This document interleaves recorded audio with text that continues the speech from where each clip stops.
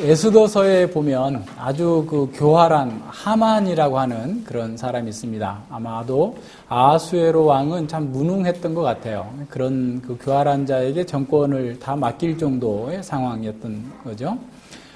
그래서 이 사람은 그 자신의 권력을 아주 도취된 상태에서 모든 사람이 자기에게 절할 수밖에 없도록 이렇게 만들어 놨음에도 불구하고 모르드게라고 하는 유대인이 자기에게 절하지 않는 것을 보면서 그를 죽이고 또 그만을 죽여서는 직성이 풀리지 않아서 유대인 민족 전체를 다 죽이겠다라고 연월일시를 정해서 왕에게 청함으로 말미암아서 왕이 또 그 도장을 다 찍어서 전국에 흩어져 있는 모든 유대인들을 다 죽이도록 그리고 모든 재산을 몰수하도록 이런 그 조서를 내리게 됩니다. 위기죠. 그리고 하만은 뭐 갈수록 이렇게 뭐 전진하게 되고 승승장구하는 상황 속에서 유대 민족과 모르드게는 큰 위험에 처하게 됩니다. 어느 날 이 아하수르의 왕이 이렇게 암살당할 수 있는 그런 위기에서 구해낸 모르드게의 상황을 알게 되고 그에게 무슨 상을 주었느냐라고 물었을 때 아무런 보상도 한 적이 없습니다. 라고 하는 얘기를 듣습니다. 그래서 하만을 부르죠. 자, 왕이 존귀케 하는 사람에게 어떤 상을 줬으면 좋겠느냐라고 했을 때 하만은 스스로 생각하기를 야, 왕이 존귀케 할 사람이 나밖에 누가 있을까라고 생각하면서 왕의 옷을 입혀주고 왕의 왕관을 씌워주고 왕이 타는 수레에다가 태워가지고 바벨론 온 성중에 돌아다니면서 왕이 존귀케 하는 자를 이와 같이 할 것이다 라고 하면서 이렇게 선포해달라라고 그러자 그 말이 떨어지자마자 그 아하수에로 왕이 밖에 나가서 당장 성문 앞에 있는 모르드게를 데려다가 네가 말한 대로 하나도 빠뜨림 없이 다 해라 라고 하죠. 그래서 그 일을 다 마치고 이 하만은 혼비백산 해가지고 돌아가게 됩니다. 그리고 결국은 모르드게를 달려고 25m나 되는 큰 장대 위에 하만 자신이 달려서 죽게 되는 그런 상황에 처하게 되죠. 그래서 하만으로 말미암아서 오히려 유대인을 대적했던 모든 사람들이 다 죽임을 당하는 이런 상황이 된 겁니다.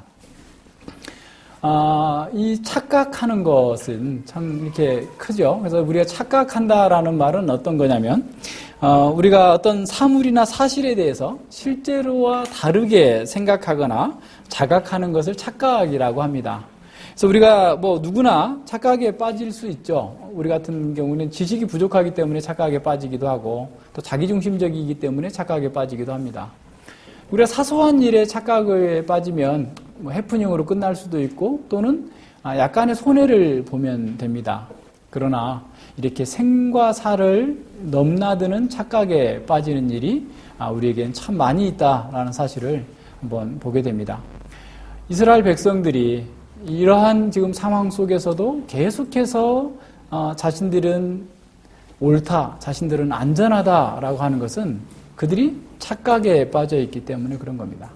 8장 이하, 지금 8장, 9장, 10장, 11장에 연이어서 나타나고 있는 이 환상 속에서 보는 것은 지난주에 우리가 봤던 것은 중독, 자기 사랑의 중독이었다고 한다면 오늘 우리가 이 키워드를 찾는다면 착각입니다. 착각. 그들이 어떻게 착각을 했고 그 착각 때문에 어떻게 될 것인지를 이 본문은 우리에게 보여주면서 혹시 우리도 착각하고 있는 것은 아닌지 그리고 세상에 착각하고 있는 사람들에게 또한 우리가 어떻게 삶의 방식을 제시해야 될지를 말씀해 주고 있습니다. 먼저 이 10장에서는 이스라엘 백성들이 가지고 있었던 고정관념, 착각에 대해서 아주 강하게 깨는 그런 말씀이 나타납니다. 에스겔은 지금 9장의 환상 속에서 이스라엘 백성들, 예루살렘의 거민들이 지금 무참하게 학살되고 있는 그런 장면을 본 것이 지금 눈에 선하고 귀에 쟁쟁한 그런 상황 속에서 10장에서 보좌의 형상이 나타나고 그 보좌의 형상 속에서 하나님께서 말씀하시는데 배운 입은 자에게 서기관처럼 정말 구원받을 자들에게 이렇게 도장을 찍고 다녔던 그 서기관에게 그 그룹들 밑에 들어가서 숯불을 취해서 가져와서 이 세상에 이 성읍에 뿌리라라는 겁니다. 그러니까 다시 말하면 앞서 지금 남은 자들을 제외한 이마에 인 맞은 자들을 제외한 나머지 모든 사람들이 학살당한 그 후에 이제 마무리하는, 불을 내리는 이런 정도의 심각한 상황을 지금 선언하고 있는 겁니다. 그런 상황 속에서 지금 하나님의 형상, 하나님의 영광을 보고 있는 이 에스겔에게는 얼마나 큰 충격적인 것이겠어요. 이 바퀴 사이 속에, 이 바퀴가 있고, 이 지난번에 1장에서 이런 천사의 형상이 나와서 하나님의 영광의 형상을 보여줬던 것은 뭐냐면, 당시에 사람들이 생각했던 것은 오히려 여호와의 영광은 예루살렘만, 성전에만 있을 것으로 생각했는데, 지금 바벨론 포로가 돼서 유프라테스 강의 그 운하를 파기 위해서 그발 강가에서 두더지처럼, 지렁이처럼 일하고 있는, 고통 속에서 좌절하고 있는 이 사람들 속에 하나님의 영광이 임했다라고 하는 것에 대한 큰 충격이었었던 것이죠. 그런데 또다시 바퀴가 달려있는, 그리고 바퀴 사이로 움직이는 이러한 하나님의 그 형상, 그리고 천사들의 그런 형상들이 나타나고 있는 겁니다. 여기서 가장 중요하게 보여주고 있는 것은 어떤 거냐면, 하나님의 영광의 형상이 고정되어 있지 않다라는 겁니다. 그러니까 9절 이하에 22절까지 계속 보여주고자 하는, 10장에서 보여주고자 하는 건 바로 그겁니다. 하나님의 영광은 돌이킴 없이 어디든지 금방 움직일 수 있다라는 거예요. 그러니까 순간 이동할 수 있다. 이스라엘 사람들은, 예루살렘 사람들은 하나님의 영광은, 하나님은 예루살렘에만, 성전에만 계시기 때문에 성전이 있는 이 예루살렘은 난공불락이다. 어떠한 경우에라도 멸망할 수 없다라고 하는 착각을 하고 있었는데, 그 착각을 깨기 위해서 하나님께서는 바로 하나님의 영광의 보좌의 형상을 담고 있는 이 천사들이 어느 쪽이든지 어느 방향으로든지 순식간에 움직일 수 있다라고 하는 것을 보여주고 있는 겁니다. 다시 말하면 범죄에 빠져 있는, 자신들이 무슨 짓을 해도 하나님은 여기를 떠날 수 없다라고 생각하는 그 이스라엘 백성들에게 하나님은 언제든지 떠나실 수 있다라고 하는 사실을 보여주는 거죠. 그러니까 이것은 이스라엘 백성들에게는 굉장히 큰 충격일 것입니다. 그 충격을 보여주고 있어요. 그래서 그들 사이에서 정말 하나님께서는 언제든지 떠날 수 있다라고 하는 사실을 보여줍니다. 그래서 18절에 보면 하나님의 영광이 이제는 성전 문지방을 떠나서 그룹들 위에, 그 이동성이 있는 천사들 위에 나타나고 있어요. 이 그룹들이 1장에서 천사들을 묘사할 때 내 생물과 바퀴와 이런 것들을 쭉 얘기할 때는 에스겔이 너무나 당황스러워가지고 그 표현할 때 히브리어에서 성과 수가 막 일치하지가 않아요. 헷갈리게 막 나와 있어요. 그런데 지금 여기서 10장에서는 성과 수가 일치가 되면서 그들이 그룹이다, 천사다라는 말이 나옵니다. 1장에서 천사라는 말이 없어요. 내 생물이라고는 나와요. 그러니까 이 천사라는 말은 하나님의 그 지성소의 속죄소 위에, 시은자 바로 위에 천사가 이렇게 펼치고 있는 것처럼 이제 그 상황을 보여주고 있는 거죠. 그래서 여기에 있는 그룹들, 천사들은 바로 하나님의 그 이동 수단, 또 하나님의 일꾼들이다라고 하는 사실을 보여주고 있는 것입니다. 아마도 이 에스겔은 이런 황망한 사건을 보면서 그 엘리의 제사장 아들들이 한날에 함께 죽고, 범죄한 아들들이 죽고, 그리고 법궤가 빼앗겨버린 그 엘리 시대에, 사무엘 시대에 그 블레셋에게 완패한 그 상황을 떠올렸을 것 같아요. 그래서 그 엘리 제사장의 자부가 유복자 아들을 낳았으니 기뻐하라라고 했을 때 그 사람이 죽으면서 한마디 외치고 가죠. 이가봇, 영광이 떠났다. 하나님의 영광이 떠났다. 라고 하는 얘기를 하고 있는데, 바로 에스겔은 하나님의 영광이 이렇게 움직이는 것을 보면서 그런 참담한 심정으로 보았을 것입니다. 하나님께서 이스라엘을 떠나는 것은 하나님의 무능함 때문이 아닙니다. 이스라엘이 군사력이 바벨론보다 약했기 때문에 그런 거 아닙니다. 하나님께서 영광이 떠나는 것은 바벨론의 신이 하나님보다 더 세기 때문에 떠나는 게 아닙니다. 하나님의 영광이 떠나는 것은 그들이 범죄했기 때문에 그런 거예요. 더 이상 하나님께서 함께 하실 수 없는 상황까지 이르렀기 때문에 그렇게 된 것입니다. 하나님께서는 죄악에 물든 그 자리에 결코 거하실 수 없습니다. 죄 가운데 결코 견디실 수 없습니다. 우리가 죄 가운데 거하면서도 하나님은 나와 함께 할 거다라고 하는 것은 바로 이스라엘 백성들과 같은 착각에 빠져 있는 겁니다. 우리가 그리스도 안에서 구원받았다고 한다면 우리의 삶은 1차적으로 완전히 변화가 되어야 됩니다. 사람들은 칭의를 얻었기 때문에 내가 어떻게 되든 괜찮을 거다라고 착각을 해요. 그러나 우리가 칭의를 얻었다고 한다면 반드시 하나님을 닮은 거룩한 삶이 나올 수밖에 없다라는 사실을 잘 기억해야 됩니다. 만약에 우리가 믿음을 고백하면서도 우리의 삶 속에서 하나님이 거하실 수 없는 상황까지 가고 있지는 않는지 우리 스스로를 한번 살펴봐야 됩니다. 우리가 구원받았다라고 하는 것은 정죄로부터 구원받았을 뿐만 아니라 죄의 오염으로부터 구원받았고 죄의 세력으로부터 구원받았기 때문에 구원받은 것을 자처하면서도 여전히 죄 가운데서 살 수 없게 되어 있어요. 그것이 기본적인 영적인 원리입니다. 그래서 우리가 분명하게 자신을 살펴봐야 돼요.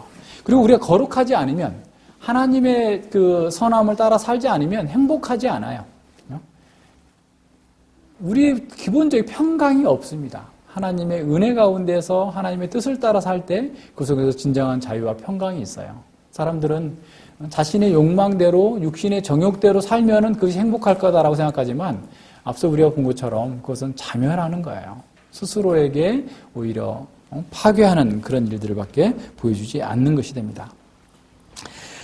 우리의 말과 우리의 행동에서 우리의 사고에서 진정으로 하나님께서 떠나실 수밖에 없는 것들을 우리가 끌어안고 있지 않는지 한번 살펴봐야 됩니다. 그리고 우리의 삶이 하나님의 영광을 드러내고 있는지, 우리의 삶이 하나님의 영광을 나르고 있는 수레가 되고 있는지 한번 살펴봐야 됩니다. 우리는 그렇게 하기 위해서 구원받았어요. 우리는 하나님의 영광을 세상 가운데 이동해서 보여주도록 하기 위해서 하나님께서 우리를 성전 삼으시고 우리와 함께 계시는 거예요. 그러니까 이런 것들을 생각하지 않고 그냥 가볍게 여기게 된다면 우리는 또 언제든지 자기 사랑에 빠지고 세상의 그런 죄들과 타협하고 또 하나가 될 수 있는 것이죠. 우리가 진정으로 하나님의 교회의 지체들이라고 한다면 하나님의 그 영광을 우리의 삶을 통하여서 담아내야 됩니다. 다른 사람들에게 정말 하나님의 영광을 보여주고 드러내는 그런 거룩한 역할들을 해내야 되는 것이죠.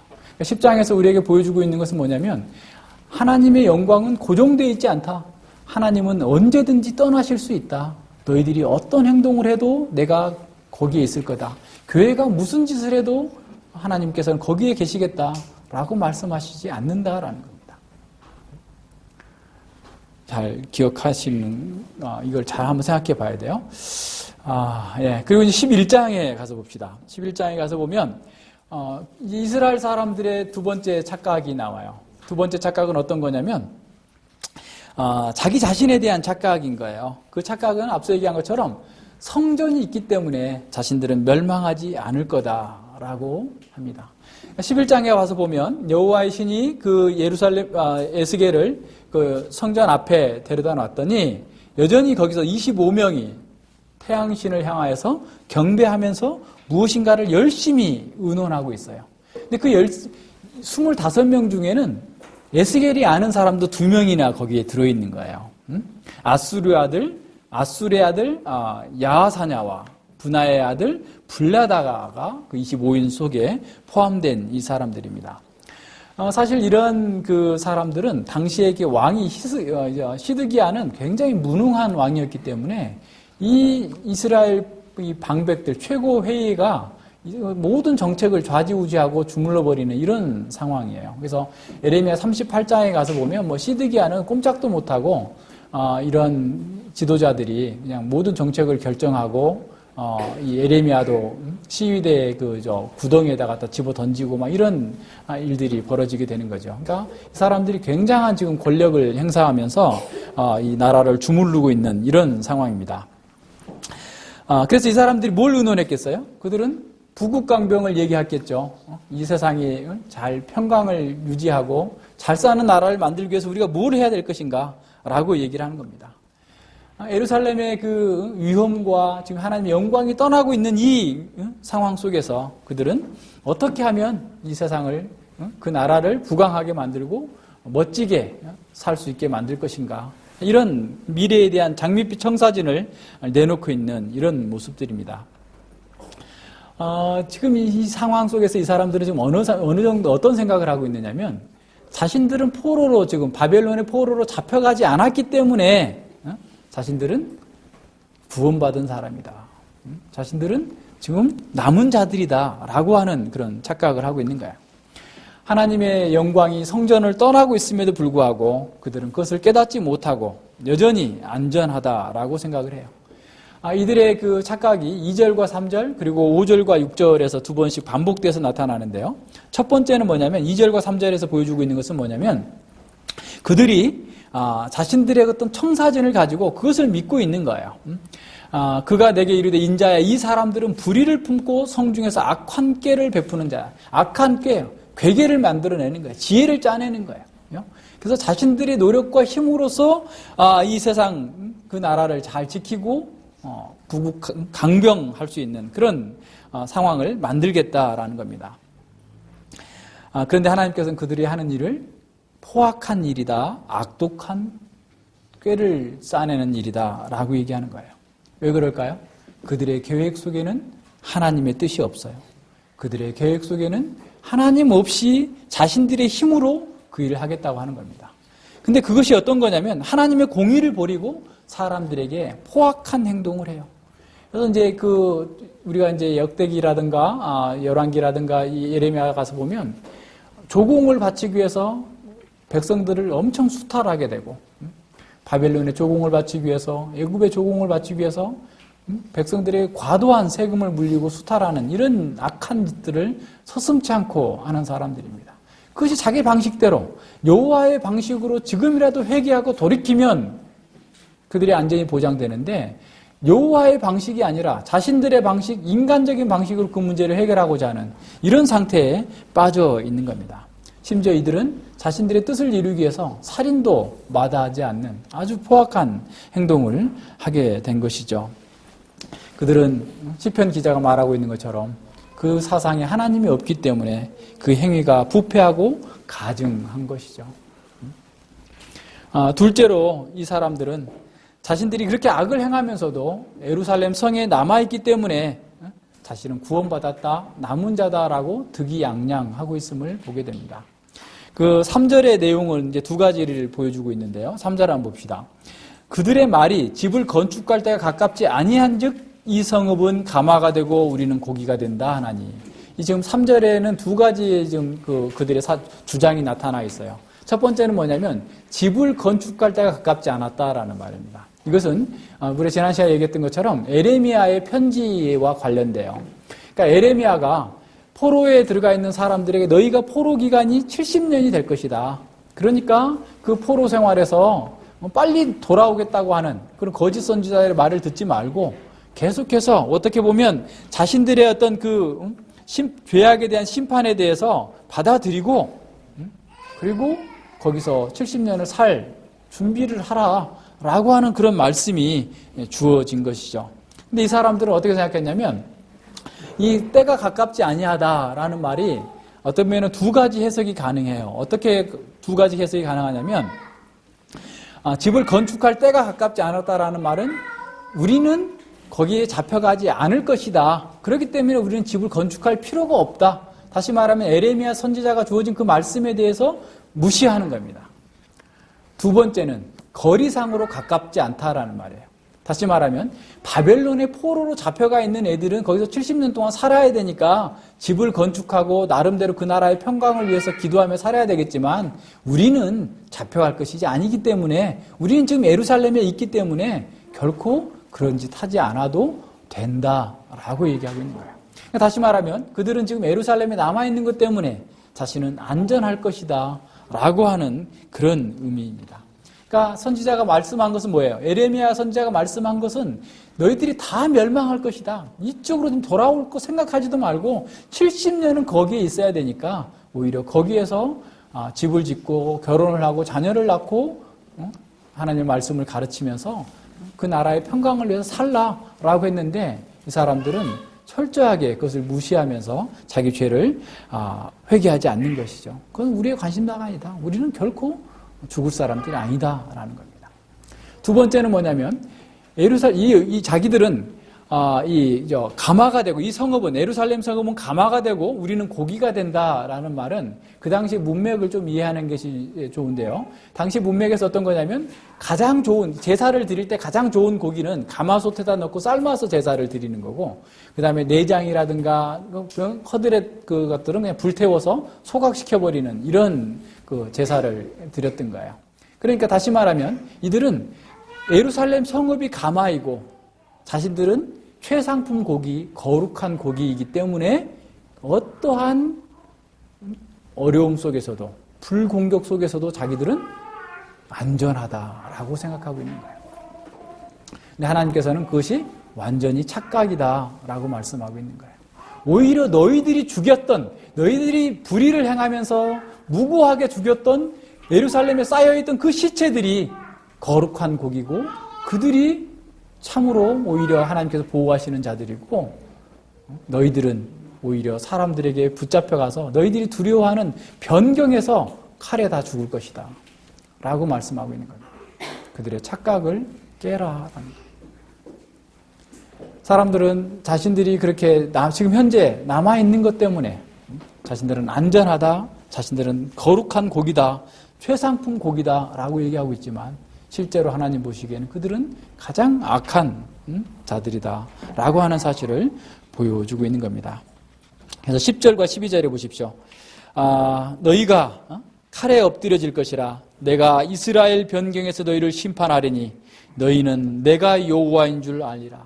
내가 이 세상을 다스리는 진정한 왕인 것을 너희가 알게 될 것이다. 이 성읍은 가마가 되지 아니하고 다시 말하면 너희를 보호해주지 못할 것이고 너희는 그 가운데에서 고기가 되지 아니할 것이다. 너희들 거기서 안전하지 아니할 것이다. 내가 너희를 이스라엘 변경에서 심판하리니 너희는 내가 여호와인 줄 알리라. 내가 내 율례를 행하지 아니하며 규례를 지키지 아니하고 너희 사방에 있는 이방인의 규례대로 행하였느니라. 너희들이 행한 대로 하나님께서는 갚으시겠다라고 선언하고 있는 겁니다.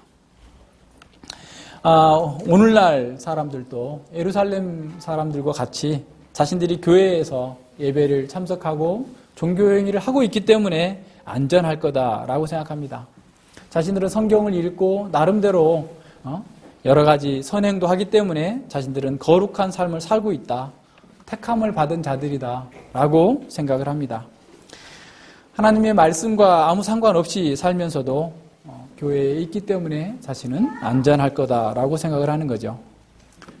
성경의 진리가 그의 삶을 주장하지도 않으면서 오히려 세상의 방식대로 살고 있으면서도 자신들은 안전할 거다라고 생각하는 사람들이 얼마나 많은지 모릅니다. 하나님의 말씀보다도 보이는 외모로 사람을 판단하면서도 자신들은 안전할 거다라고 생각합니다. 나는 저들보다 낫다라고 얘기합니다. 16장에 가서 보면 하나님께서는 그런 사람들에게 너희는 소돔과 고모라보다 못한 자들이다 라고 선언을 하십니다. 하나님 앞에서 우리는 어떤 상태에 있는지, 우리도 이런 착각에 빠져 있지는 않는지 한번 점검해 봐야 됩니다. 하나님의 말씀이 우리의 진정한 삶의 원리로서 작동하고 있는지, 아니면 여전히 형식적인 신앙에 머물러 있는 것은 아닌지 살펴봅시다. 13절에 보면 에스겔의 또 다른 탄식이 나옵니다. 그렇게 예언할 때 13절에 보면 분하야의 아들 블라다가 죽는 것이죠. 다시 말하면 그 지도자 중에 25인의 지도자 중에 한 명이 갑자기 죽는 그 상황을 보여주는 것은 앞서 말씀하신 모든 예언이 반드시 성취될 것이다라고 하는 확증으로서 보여주고 있는 거예요. 그러니까 에스겔이 또다시 깜짝 놀라서 오라 주 여호와여 남은 자들을 다 멸하시라 합니까? 라고 하면서 하나님께 부르짖고 있는 상황을 보게 됩니다. 9장 8절에서 그 에스겔의 부르짖음 속에서는 하나님께서 어떻게 보면 간접적인 답변을 해주셨죠. 서기관이 먹그릇을 들고 다 인쳤나이다 라고 하는 간접적인 답변을 주셨다고 한다면, 14절 이하에서는 이제 직접적으로 하나님께서 그 회복의 약속을 보여주고 있습니다. 하나님의 영광을 위하여서 그 사람들에게 은혜를 주시겠다라는 거예요. 근데 15절에 보면 또다시 예루살렘에 있는 사람들의 두 번째 착각이 나타나게 됩니다. 15절 한번 보시죠. 인자야 예루살렘 거민이 너희 형제 곧 너희 형제와 친족과 이스라엘 온 족속을 향하여 이르기를 너희는 여호와에게서 멀리 떠나라 이 땅은 우리에게 주어 기업이 되게 하신 것이라 하였으니. 자, 이 말은 무슨 말이냐면 예술계들과 함께 10,000명이, 그러니까 당시에 가장 지도층이고 유능한 사람들이 바벨론으로 끌려갑니다. 그럴 때 남아있었던 이 이스라엘 사람들은 너희들 여호와에게서 멀리 떠났으니까 이 땅도 이제 너희 것이 아니야. 우리 것이야. 라고 하면서 그 땅을 차지하기에 바빴던 거예요. 이 난리통에, 이 전쟁을 통해서 자신의 이익을 추구하기에 바빴던 이 사람들의 그 모습을 보게 됩니다. 전쟁이나 사회적인 혼란기에는 늘 이런 불법을 행하는 자들이 어느 사회나 있죠. 그런데 이스라엘 백성들이, 하나님을 섬긴다고 하는 자들이 이렇게 다른 사람의 불행과 국가적인 재난을 이용해서 자신의 이익을 추구하고 있는 이런 끔찍한 상황을 하나님께서 고발하고 있는 겁니다. 그래요. 그들은 이런 현실적인 성공을 얻은 거죠. 어떻게 보면 잡혀가지 않았고 뿐만 아니라 그로 인해서 더 많은 재산을 얻게 됐어요. 그러니까 자신들이 남은 자다라고 생각하는 거예요. 하나님께서 나에게 복 주셨기 때문에 이렇게 내가 부유해지지 않았느냐. 하나님께서 나를 사랑하셨기 때문에, 축복하셨기 때문에 그들이 버리고 간 땅, 집, 아니면 그 약한 사람들이 있는 걸 다 빼앗아 가지고 자기 거다라고 하고 있는 것이죠. 시편 기자가 고발하고 있는 것처럼 저희 밥상이 올무가 되고 저희의 평강이 그의 덫이 될 수 있는 그런 상황입니다. 사람들이 성공하면 자신들이 잘 돼서 하나님께서 축복해 주셔서 성공한 것처럼 잘못 생각하기도 합니다. 그러나 하나님께서는 그것은 자신들의 파멸을 더 재촉하는 것뿐이고 그 후에 진정으로 남은 자가 누구인지를 16절 이하에서 쭉 말씀하십니다. 오히려 그들은 이방 속에 잡혀간 사람들은 다 버려진 자라고 생각했지만 오히려 그들이 남은 자고 지금 예루살렘에 남아있는 자들은 다 버리운 자다라고 말씀해주고 있는 겁니다. 그렇기 때문에 지금 포로로 잡혀가 있는 이스라엘 백성들, 심판받고 있는 이 사람들은 실패자가 아니다라고 하는 것을 하나님께서 보여주고 있는 겁니다. 그들이 흩어진 것은 맞습니다. 하지만 그들이 안전하게 지켜질 것입니다. 하나님께서 그들 가운데서 친히 성소가 되리라 말씀하고 있습니다. 그들이 잃은 열방에서 내가 잠깐 그들에게 성소가 되리라. 이 예루살렘 건물에 있는 게 아니라 내가 고난받고 고통당하고 울부짖고 있는 그들 가운데에서 그들과 함께하리라 라고 말씀해주고 있는 겁니다. 에스겔 1장에서 하나님의 영광이 그발 강가에 나타났던 것처럼 하나님은 어디에서나 그 백성과 함께 계실 수 있고 계시는 분이십니다. 예루살렘에 남아있는 유력자들은 성 바깥으로 끌려나가서 심판과 멸망을 받을 것이지만 이미 심판을 받아서 성 밖 바벨론 강가에서 고통당하고 있는 그 백성들에게 하나님께서 회복을 해주시겠다라고 약속을 해주시는 겁니다.